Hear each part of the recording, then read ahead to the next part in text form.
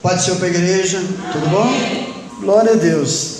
Abra sua Bíblia, irmãos, Lucas 24. Eu estava perguntando hoje de manhã, desde ontem, para o Senhor, amanhã eu vou trazer uma palavra na igreja do pastor Milton. Eu quero que o Senhor fale. Eu sou uma pessoa, irmão, que se Deus não revelar, eu fico com a pulga atrás da orelha, porque eu gosto de falar o que Deus quer, porque ninguém melhor do que o próprio Deus para entender cada coração que está aqui, né? Eu não entendo o coração de ninguém, nem o coração da minha mulher eu não consigo entender, né? Tem hora que ela está de um jeito, tem hora que está do outro, eu não consigo controlar ela, quanto mais os irmãos que eu não conheço, não convivo, né? Então, quando nós vamos pregar a palavra de Deus, a gente quer que Deus usa, né? E fala as palavras que os irmãos estão querendo que Deus confirme. Ou seja, ou que confirme, ou que venha um cajado abençoado que também ajuda. Que nem Davi falou, o cajado do Senhor me consola, né? Amém? Acharam aí? Lucas 24, a partir do 13. Eu já estou ficando velha, as letrinhas estão ficando meio esquisitas, mas a gente chega lá, é o caminho, no caminho de Emaús. Eu perguntei para o Senhor, o que pregar? Aí veio na memória, o que você está esperando de Jesus? O que você está conversando sobre Jesus? Semana passada eu preguei na nossa igreja a passagem de a entrada triunfal de Jesus, que fala, até eu uso como introdução, que Jesus entrando como Salvador do mundo, e eles acreditando que era um rei que ia ajudar eles no lado carnal, no lado material, como a gente estava esperando do Bolsonaro, né? A gente espera aí que ele muda alguma coisa, que melhora alguma coisa. Então o povo estava esperando isso. Tanto é que um pouco antes de entrar em Jerusalém, Jesus chorou, porque o povo estava clamando: Hosana, Hosana, aleluia, glória a Deus nas alturas, mas com outra intenção.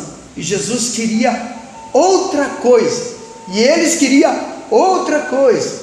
Então, na verdade, Deus quer que nós entendemos Ele, para Ele nos abençoar. Nós temos que ter essa consciência, irmãos, senão nós não conseguimos ser abençoados. A Bíblia diz que nem só de pão viverá o homem, nem só de prosperidade viverá o homem, mas de toda a palavra que procede da boca de Deus. Deus quer primeiro a sua salvação, né? Não tem aquela parte que fala: buscai primeiro o reino de Deus e a sua justiça, e as outras coisas serão acrescentadas. Então Deus quer que você dê preferência para Ele, para depois Ele te abençoar, amém? Vamos lá, vamos para a palavra. Aquele mesmo dia, dois deles estavam indo para povoado chamado Emaús, 11 quilômetros de Jerusalém. No caminho conversava a respeito de tudo o que havia acontecido. Enquanto eles conversavam e discutiam, o próprio Jesus se aproximou e começou a caminhar com eles, mas os olhos deles foram impedidos de reconhecê-lo. Ele lhe perguntou sobre o que vocês estão discutindo enquanto caminham. Eles pararam e, com o rosto entristecido, um deles, chamado Cleopas, perguntou-lhe: você é o único visitante em Jerusalém que não sabe das coisas que ali aconteceram nesses dias? Que coisa? Perguntou Jesus. O que aconteceu com Jesus de Nazaré? Responderam eles: ele era um profeta poderoso em palavras e obras diante de Deus e todos os povos, e o chefe dos sacerdotes e a nossa autoridade os entregaram para ser condenado à morte e o crucificaram. Até aqui, irmãos, que eu gosto mais de explicar do que ler. Então, irmãos, aqui eu frisei essa palavra para colocar um tema. Que palavras são essas que caminhando tocais? Jesus chegou até os 2 discípulos. Jesus antes tinha falado que eu vou ressuscitar, eu vou aparecer lá na Galiléia. O que esses 2 discípulos vão fazer na cidade de Emaús? Sendo que Jesus já tinha falado que ia ressuscitar e que ia aparecer para eles na Galiléia. Já começa por aí. Eu fico imaginando aqui, eu trouxe da mensagem para nossas vidas. O que caminhando você está falando sobre Jesus?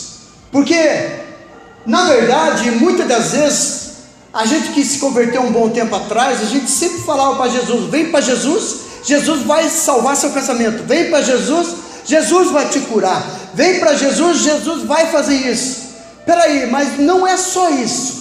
Primeiro a gente tem que vir para Jesus para salvar a nossa alma, ter um encontro com Deus, ter a nossa vida salva, a nossa alma, e não com interesse de outras coisas, ou ser curado, ou ser abençoado, ou ter casa, ou ter carro. Tudo isso aí é as outras coisas que Jesus falou. As outras coisas serão acrescentadas.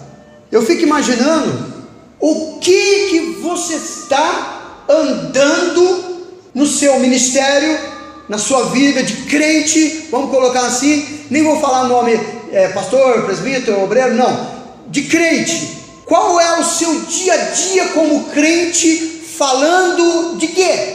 Você está falando, que nem aqui estava falando sobre, a gente esperava que Jesus fosse salvar o povo de Israel, a gente pensava que ele ia remir o povo de Israel, e nada disso tem acontecido. Hoje já é o 3º dia que isso tem acontecido.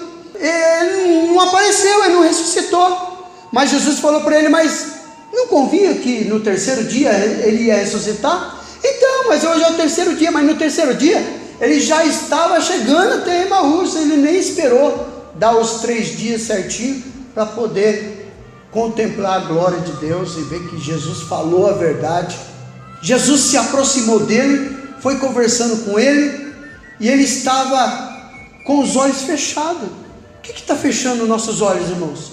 A dureza do coração do seu marido que não veio para a igreja? O que está fechando os teus olhos? A dureza da tua esposa que não veio para a igreja? Ou é porque você trabalha bastante e consegue pouca coisa? Então nós temos que ver qual que é a nossa prioridade diante de Deus. A nossa prioridade é a salvação da nossa alma. Eu, quando me converti, eu falei para o Senhor, eu até falo de mim mesmo, que eu falei uma besteira, mas na verdade não foi uma besteira, mas eu falo besteira porque Deus me provou bastante. Eu li o Hebreus 11, que fala sobre a fé sem ver, e eu falei para o Senhor, cumpra-se em mim essa palavra. Para que eu fui falar isso? Passei muita prova, muita luta, muita aflição, chorei demais para minha esposa servir a Jesus, e nada. Vamos para a igreja, amor? Não. Para quê? Vamos para a igreja, amor, hoje? Não quero ir. Para quê? Para ser um crente igual a todo mundo? Não, eu não vou. Vamos, amor, hoje? Não. Passei anos, e às vezes brigava, discutia, chegava abençoado da igreja, discutia com a mulher, porque ela era dura de coração. Ô, mulherzinha dura, era dura mesmo, sabe, é que nem Faraó e Moisés: pode sair, não pode sair, pode ir embora, não pode ir embora, não, vocês podem sair, não pode sair. Meu Deus do céu, que loucura. É uma briga terrível de fé. Quando eu fazia programação na rádio FM, eu falava assim: Deus salva casamento. Aí quando eu chegava em casa, ela falava assim: eu ouvi você na rádio, viu? Falei: que legal, amor. Legal nada. Você falou que Deus salva casamento? Salva coisíssima nenhuma. Olha o nosso como que tá. Eu falei que Deus salva, e Ele vai salvar, Ele vai consertar o nosso casamento. Era uma briga terrível. Às vezes tinha momento que eu chegava pro rapaz que tomava conta do som e falava para ele assim, porque eu começava a programação orando de joelho uns 15 minutos ali, porque eu tinha 1 hora e pouco, né? Eu ia dobrar o joelho e falava para ele assim: solta o fundo aí. E dobrava o joelho, né? Senhor, meu Deus e meu Pai, salva esse casamento. E na minha mente falando, e o seu, como que tá? Tá um fiozinho. Eu falei, Deus salva casamento. A minha memória falava, salva nada. Salva sim! Deus salva casamento. Só eu entendia. E a mulher falava, jogava tudo na minha cara. Você falou que Deus salva, olha nosso casamento, não tem cura. Eu falei, tem. Calma, mulher, calma que Deus vai abençoar. Eu vou te largar. Não, eu falei, não larga não, porque na hora que eu estiver abençoado, você vai ver o abençoado, você vai se arrepender porque largou. Não larga não. E a gente foi. E foi assim, até que Deus salvou o casamento. Mas é tudo detalhinhos. Teve a última vez que eu dei uma cartada que foi de arrebentar o coração, foi que era congresso das irmãs. Aí teve lá só as irmãs pregando, só as irmãs cantando, só as irmãs fazendo tudo, né? E eu só observando. Aí quando acabou o culto, as irmãs falaram assim, agora a gente vai entregar a lembrancinha. Era um vasinho de flor, né? Vasinho mesmo, de flor viva mesmo. Aí entregando só para as irmãs, tá, irmão? E foi na hora que chegou na minha, eu falei, dá um para mim. Ela, não, irmão, é só para as irmãs. Eu falei, não, irmão, dá um aí, pelo amor de Deus. Dá um aí. Pareceu que eu estava adivinhando já. Dá um aí, irmão. Não pode, é para a irmã. Eu falei, é para a irmã lá em casa. A irmã que está lá em casa. Aí eu falei que tão assim, tristezinha assim, que ela me deu. Aí eu cheguei em casa e falei, aí amor, você não foi para a igreja, mas eu trouxe um vasinho para você. A partir daquele dia ela começou a ir para a igreja. Você vê o que é? Sabedoria. Sabedoria. Irmãos, para nós termos uma vida boa com Deus, você não tem que murmurar, reclamar, porque tudo tem os seus dias, seus encaixes certinho para acontecer. Aqui os discípulos estavam reclamando, ele morreu, não sei o que, nada disso tem acontecido, não sei o que, mas não convinha que o Senhor ia ressuscitar, então, mas não sei o que, ardendo o coração dele, porque era Jesus que estava falando e ele não percebeu, nem notou, porque estava entristecido.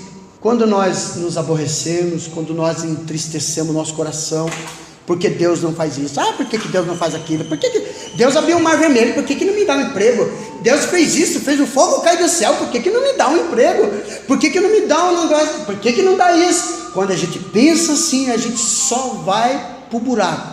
O salmista Asaf, no Salmo 73, ele fala, por ele ficar prestando atenção nessas coisas, os seus pés quase se deslizaram, quase que se desviou dos caminhos do Senhor, porque ficou pensando nas coisas que Deus deveria fazer e não fez.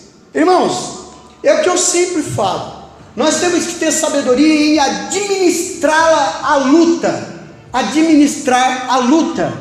sabe, tem uma história de um dono de uma fábrica de sapato, que ele pegou 2 dos seus servos, e falou assim, olha, é o seguinte, vocês 2 vão para a Índia, e lá, eu quero que vocês, um vai para o norte, e outro vai para o sul da Índia, e lá vocês vão fazer um check-up do local, aonde eu posso montar uma loja de sapato, vocês vão pesquisar durante uma semana lá, você no norte, você no sul, e no final dessa uma semana eu quero uma resposta, aonde você vai montar a loja, quantos sapatos eu vou ter que mandar, quanto que eu vou pagar de aluguel, não sei o que, tal, e eu quero saber com detalhes, e eu quero montar uma loja lá para vocês tomar conta para mim. Ele falou, tá bom, e foi. Chegou lá, se separaram, um para o norte, um para o sul. Depois de uma semana, um ligou e falou assim, patrão, não vai dar certo não. Ele falou, por que não vai dar certo? Ele falou, patrão, aqui na Índia, ninguém usa sapato. Como a gente vai vender sapato? Ninguém usa sapato. Poxa, tá bom então, só vou esperar o outro ligar e vou ver o que eu vou decidir. Daqui a pouco eu ligo o outro. Patrão do céu, nós vamos arrebentar de vender sapato. Ué, por quê? Porque aqui ninguém usa sapato. Entendeu, pastor? Ninguém usa sapato, ninguém usa sapato. Por que um é vitorioso e o outro é fracassado? Falta de administração de lutas. Você está na luta, vai dando glória a Deus. Fazer que nem o Lázaro fala. Vou passando pela... pronto, eu lembrei porque cantei, né? Senão, na frase só. Vai dando glória a Deus e Deus vai dando vitória. Né? Você já viu aquela criança que... mãe, me dá um celular, mãe, me dá um celular, mãe, me dá um celular. Eu quero. E já leva uns tapas. Aí fala assim, agora olha a diferença. Mãe, me dá um celular. Dá, mãe. Eu lavo louça para a senhora, eu faço isso, eu passo pano na casa.